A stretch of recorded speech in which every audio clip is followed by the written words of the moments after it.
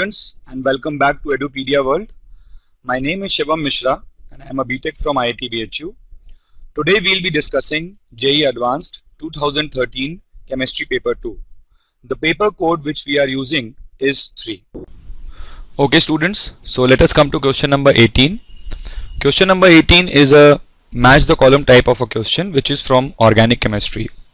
In the question we have been given some reactions which are taking place P, Q, R and S, and then in list 2 we have been given some reagents with the help of which we have to carry out the reaction. So basically what we need to do is we need to match the correct reaction with the correct set of reagent. So let us look at the options and the questions one by one.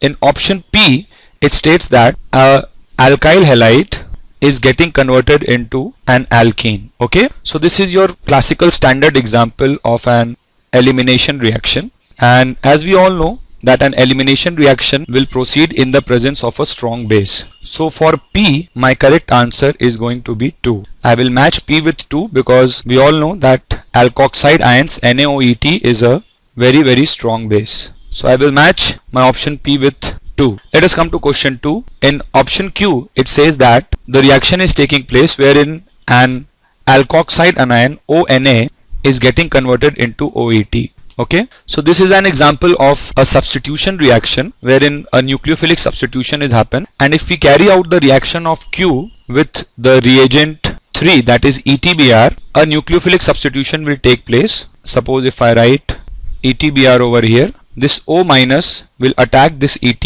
and the bromine will depart from here. Okay, so from that we are going to get this product. Fine, let us come to R. In option R an addition reaction is taking place, that is an addition of OH group is taking place, and similarly same kind of a thing is happening in option H as well. But if you notice the difference in both these options, that is R and S, in R the addition is following the Markovnikov rule, whereas in option S it is happening according to the anti-Markovnikov rule, that is our anti-Markovnikov product. So the reagent for reaction R would be 1, that is the reagent for oxymercuration demercuration. As you all might be remembering, these are the standard reagents for oxymercuration demercuration, where addition of H and OH takes place according to the Markovnikov rule.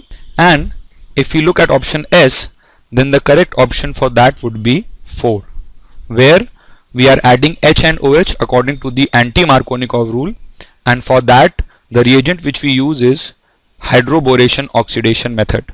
So the correct answer would be A to this question. Thank you.